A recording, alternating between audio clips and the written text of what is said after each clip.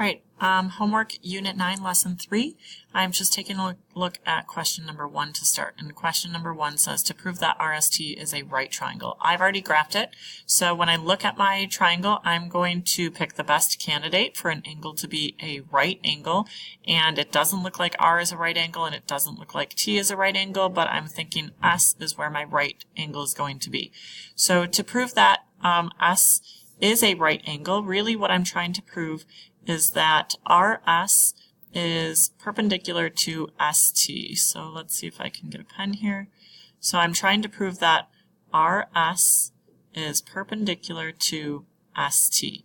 Now, we've talked about this a lot. To prove that two lines are perpendicular, I need to show that they have negative reciprocal slopes.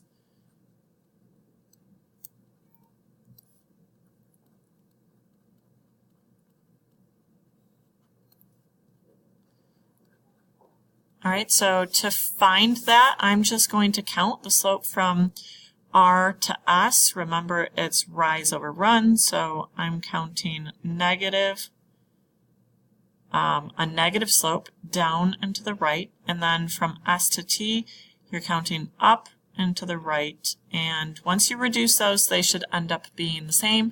Don't forget, or they should end up being negative reciprocals, not the same. Don't forget to write a conclusion statement at the end saying what you proved and how you know it to be true.